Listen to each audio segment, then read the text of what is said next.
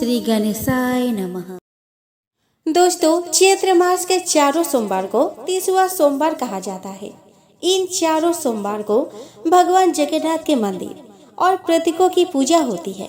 इन सोमवार का व्रत पूजन वही लोग करते हैं जिन्होंने जगन्नाथ पुरी में भगवान जगन्नाथ के दर्शन कर लिए होते हैं। मान्यता है कि इन चारों सोमवार पर सच्ची श्रद्धा से व्रत रखने से सभी दुख दूर हो जाते हैं। चैत्र मास के चारों सोमवार 30वां सोमवार कहलाते हैं। पीड़ितों के दुख दूर करने के लिए इस व्रत को सर्वप्रथम सुदामा ने रखा था। 30वां सोमवार में पहले सोमवार को गुड़ से, दूसरे सोमवार को गुड़ और धनिया से, तीसरे सोमवार को पंचामृत तथा चौथे सोमवार को कच्चा पक्का हर तरह का पकवान बनाकर भगवान को भोग लगाया जाता है। मान्यता है कि इन चारों सोमवार पर श्रद्धा के साथ व्रत करने से सभी दुख दूर हो जाते हैं। 30वां सोमवार में मंदिरों में भगवान की पूजा होती है। इन सोमवार की पूजा दोपहर के समय होती है। दोपहर तक श्री जगदीश का दर्शन कर आने वाला अथवा घर का प्रमुख व्यक्ति व्रत रखता है। फूलों की माला के साथ जौ, आम्र मंजरी तथा टेसु के फूल चढ़ाने का इस व्रत में विशेष महत्व है। इस व्रत में कच्चे पक्के पकवानों का भोग लगाकर कथा कही जाती है। तो आइए दोस्तों, आज सोमवार के दिन आप श्रवण करें 30वां सोमवार की पावन व्रत कथा को। दोस्तों, प्राचीन काल में भाटों का एक परिवार बड़ा ही निर्धन था। भाट बहुत ही भोला था। उसने यह सुन रखा था कि अगर अपने मन की कामना भगवान जगन्नाथ जी से कहने पर वह सबकी इच्छाएं पूरी करते हैं, लेकिन उसके लिए जगन्नाथपुरी जाना बहुत ही जरूरी था। वहाँ पर वह सबको दर्शन देते हैं और बात करते हैं। एक दिन भाटिन अपने पड़ोसी के यहाँ आटा मांगने गई। उसने देखा कि पड़ोसी के यहाँ काफी अच्छे अच्छे व्यंजन और साफ सफाई चल रही है। पूछने पर पता चला कि आज उसने अपने लड़के दामाद को खाने पर बुलाया है। उनके आने की खुशी में यह सब काम चल रहा है। भाटिन ने जब यह सुना तो उसे भी अपने बेटे की याद आ गई और घर आकर दुखी मन से बैठ गई। भाट ने जब उसके दुख का कारण पूछा तो भाटिन बोली कि सब लोग अपने बेटी दामाद को खाने पर बुलाते हैं, लेकिन हम लोग गरीबी के कारण अपने बेटी दामाद को खाने पर कभी नहीं बुला पाते।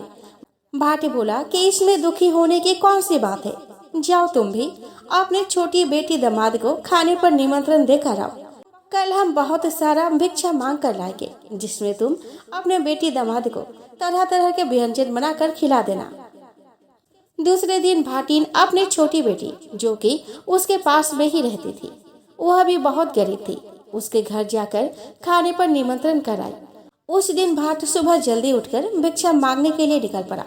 भाट कई गांवों से भिक्षा मांगकर बहुत सारा सामान लेकर आया। भाटिन ने स्वादिष्ट भोजन तैयार किया। भोजन बनाकर हाथ धोने के लिए जैसे ही बाहर गई, तब दोनों ने रसोई में जाकर देखा कि उसके सारा खाना गायब हो गया है। टोकरी में एक बड़ी रोटी और एक छोटी रोटी ही बची थी। वे बड़े दुखी हुए, फिर भी उन्होंने अधिक निराश न होकर बड़ी रोटी दामाद को और छोटी रोटी बेटी को दे दी। बेटी दामाद को विदा करके भाट ने निश्चय किया कि अब वह यहाँ नहीं रहेगा। जगन्नाथपुरी जाकर वे भगवान जी से अपने निर्धन होने का कारण पूछेगा।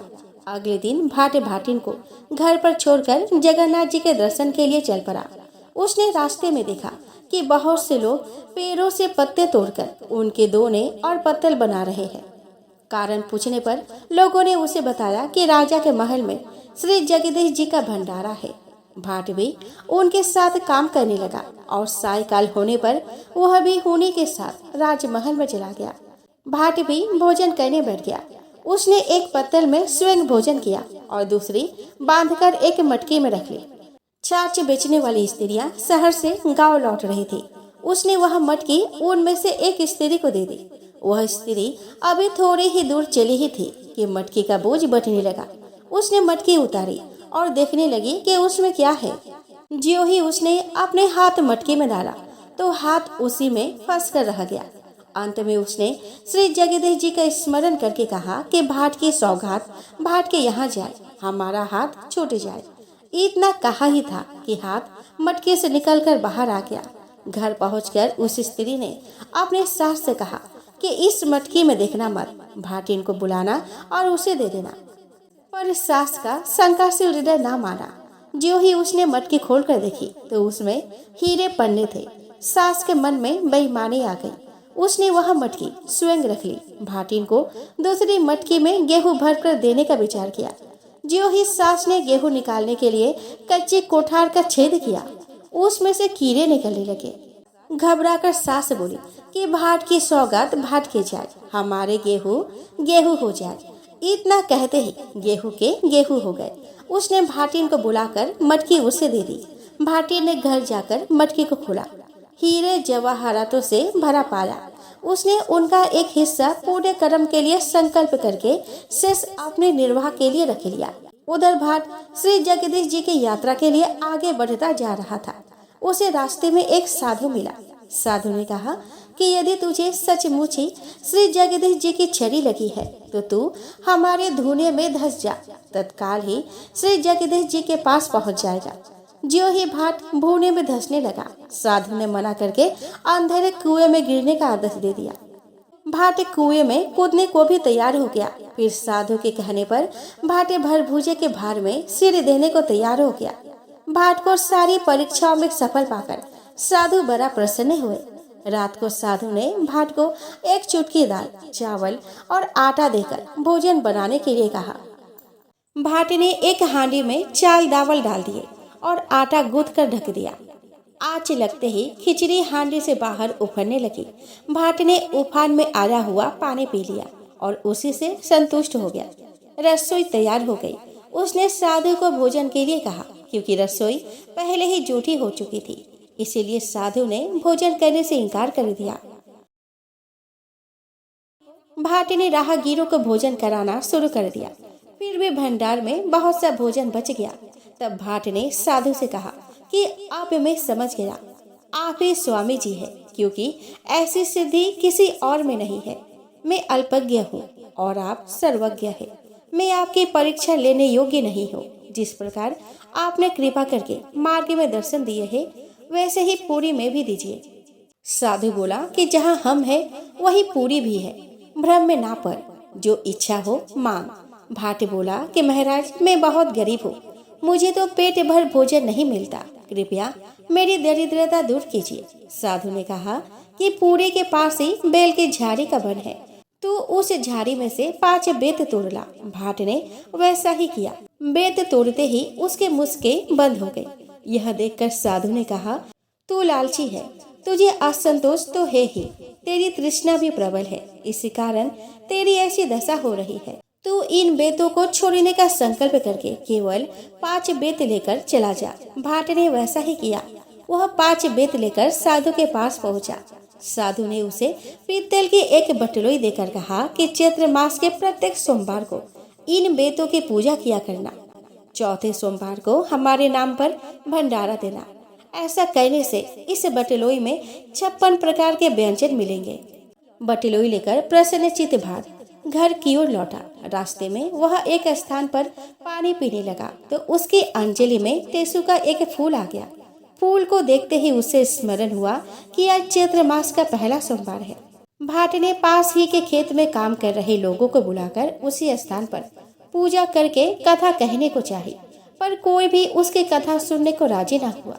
वह निराश होकर आगे बढ़ गया।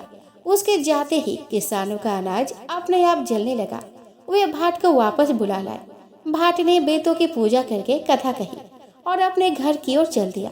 दूसरे सोमवार को उसे भेड़े चराता हुआ गडरिया मिला। उसने उससे कथा सुनने को कहा, पर गडरिये ने कोई ध्यान नहीं दिया। परिणामतः गडरिया के भेड़े भी बिला गई। गडरिये ने उसे बुलाकर कथा सुनी। कथा पूरी हुई और उसकी भेड़े दोगुनी चौगुनी होकर चरती दिखाई देने लगी। भाट की 2 लड़कियां थी। एक अमीर के घर ब्याही हुई थी और दूसरे गरीब के यहाँ। तीसरे सोमवार को भाट बड़ी लड़की के घर पहुंचा। उसने बेटी से कथा सुनने के लिए कहा, पर बेटी ने ध्यान नहीं दिया। तब वह अपने गरीब बेटी के पास गया। वह बड़े आदर भाव से पिता से मिली। उसने पिता की इच्छा अनुसार चौका लगाया। भाट ने श्रद्धा भाव से पूजन किया। लड़की इतनी गरीब थी कि उसके घर में पूजा का सामान ना होने पर वो सन की आंटी लेकर बनिए को यहाँ से चना गुड़ आदि ले आई। भाट ने गुड़ से साधु का नाम का हवन करके कथा कही। भाट ने साधु द्वारा दी हुई बटलोई में बेत डालकर खटखटाया। उसमें से कच्चे पक्के 56 प्रकार के व्यंजनों के ढेर लग गए। गांव के लोग प्रसाद लेने आए। भाट ने उन्हें भोजन कराया। चलते समय भाट ने अपने लड़की को श्री स्वामी जी का स्मरण ध्यान करने का जैसा आदेश दिया, लड़की नियम पूर्वक वैसा ही करने लगी। उसके घर में नित्य प्रति धन धान्य बढ़ने लगा। जब भाट अपने गांव के समीप पहुंचा तो उसे वहां विशेष चमत्कार दिखाई दिया। गांव से बाहर नए नए बाग बगीचे, मंदिर, तालाब आदि देखकर वह विस्मित रह गया। उस दिन भी सोमवार ही था। भाट ने गांव भर के लोगों को निमंत्रण देकर बुलाया। बेतों की पूजा करके बेत से बटलोई को खटखटाया। 56 व्यंजनों के ढेर लग गए। गांव के लोग भोजन करके चले गए। उसी दिन राजा के यहाँ भी प्रसाद पहुंचा दिया गया। राजा को अपने नाई के द्वारा पहले ही भाट की बटलोई की करामत का पता चल चुका था। राजा ने किसी प्रकार से भाट के बटलोई हड़पने की बात मंत्रियों से कही। मंत्रियों का परामर्श था कि राजकुमार को भाट के घर भेजना चाहिए। वह हठ पूर्वक उससे बटलोई ले लेगा। यदि भाट ना दे तो बलपूर्वक बटलोई छीन ली जाए। दूसरे दिन सेवकों सहित राजकुमार भाट के घर पहुंचा। भाट ने राजकुमार की मांग पर प्रसन्नता पूर्वक बटलोई दे दी। उन लोगों की प्रसन्नता का ठिकाना न रहा। राजा ने नगर भर में भोजन का निमंत्रण भिजवाया, किंतु बटलोई में बेत डालकर खटखटाने पर उसमें से कुछ ना निकला। भोजन के लिए आए हुए लोग भूख से व्याकुल हो रहे थे। भंडार भी खाली था। राजा ने क्रुद्ध होकर भाट को पकड़ने के लिए सिपाही भेजे, किंतु वह तो पहले ही भाग निकला था। भाट भयभीत होकर स्वामी जी के पास से चला जा रहा था। उसे रास्ते में आम के 2 वृक्ष, 2 पोखरे, एक बोझ वाली स्त्री, एक सांप, एक घोड़ा मिला।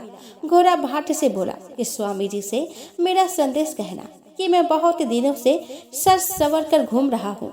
मुझ पर कोई भी सवारी नहीं करता। भाट आगे बढ़ा तो उसने एक नदी, एक गाय तथा एक अध बने मकान का मालिक मिला।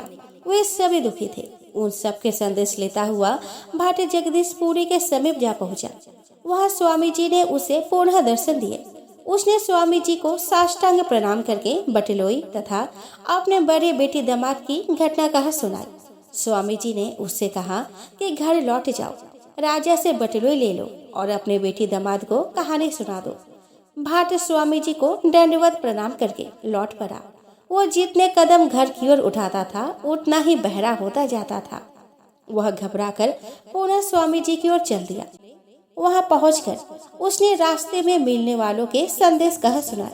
स्वामी जी ने बताया कि आम के पेड़ पूर्व जन्म की देवरानी जेठानी है। वे सदा कलह करती रहती थी, कभी भी मिलकर नहीं रहती थी।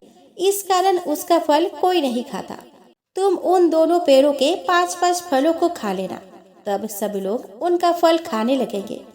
बोझा वाली स्त्री स्वार्थीन थी। उसने दूसरों से अपना बोझ तो उतरवाए पर उनके बोझ नहीं उतारे, इसलिए उसे यह दंड मिला। तुम यदि उसके बोझ को स्पर्श कर दोगे तो उसका बोझ उतर जाएगा। सिर पर बड़ा भारी तवा लेकर फिरने वाली स्त्री ने पूर्व जन्म में सास ननद के डर से चूल्हे पर तवा चढ़ाकर खाने बैठ गई थी। तुम उसका तवा छू दोगे तो उसका पाप दूर हो जाएगा। आधा बाम्बी में तथा आधा बाहर रहने वाले सर्प पूर्व जन्म में प्रधान था। उसने औरों की विद्या तो ले ली थी पर अपनी विद्या किसी को ना दी थी। तुम्हारा स्पर्श पाकर वह भी चलने लगेगा। गाय पूर्व जन्म में स्त्री थी। उसने अपनी सौत और अपने पुत्र में झगड़ा करवाया था, इसीलिए उसे बेटे का वियोग हुआ है। तुम उन्हें एक दूसरे से मिला देना। घोड़ा अपने स्वामी को रणभूमि में लड़ता छोड़कर भाग गया था। यदि तुम उस पर सवार होकर 5 कदम चलोगे तो लोग उस पर सवारी कहने लगेंगे।